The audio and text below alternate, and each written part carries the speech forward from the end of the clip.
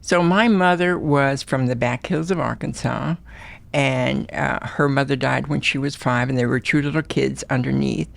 And her father couldn't handle all of these kids, and so he married a woman who was had 3 kids. So now you've got 10 kids and 2 adults in this shack. Now I want to tell you about this shack. It had a hard dirt floor, no electricity, no running water, and an outhouse out back.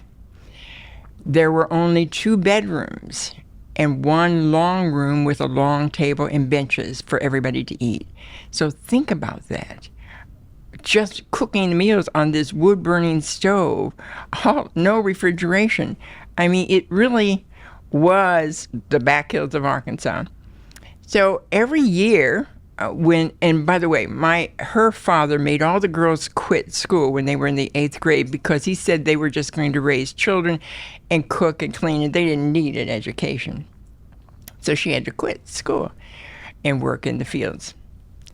When she was 14, every year, though, they would go on this picnic when all the crops were in, and so they would go in this wagon. I mean, this was a long time ago.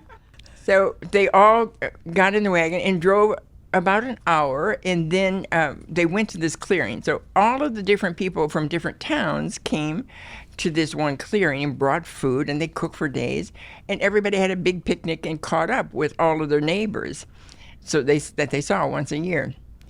This was when my mother was 14. She met this cute guy, and he thought she was pretty, and she was really flattered. And he said, "Would you like to go for a walk?" So they walked for a long time, and they walked by a woods. He pulled her in the woods and raped her.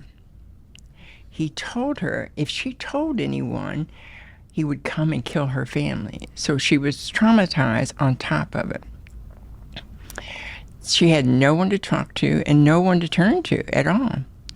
When she was about 5 months along, her stepmother saw that she was pregnant. And she wanted her to have an abortion by this old backcountry doctor.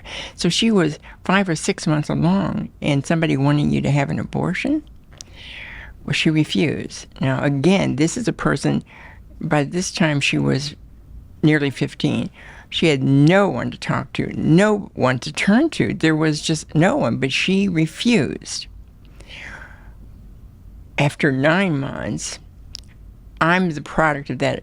I was born in that shack with a hard dirt floor, no electricity, no running water, and an outhouse out back.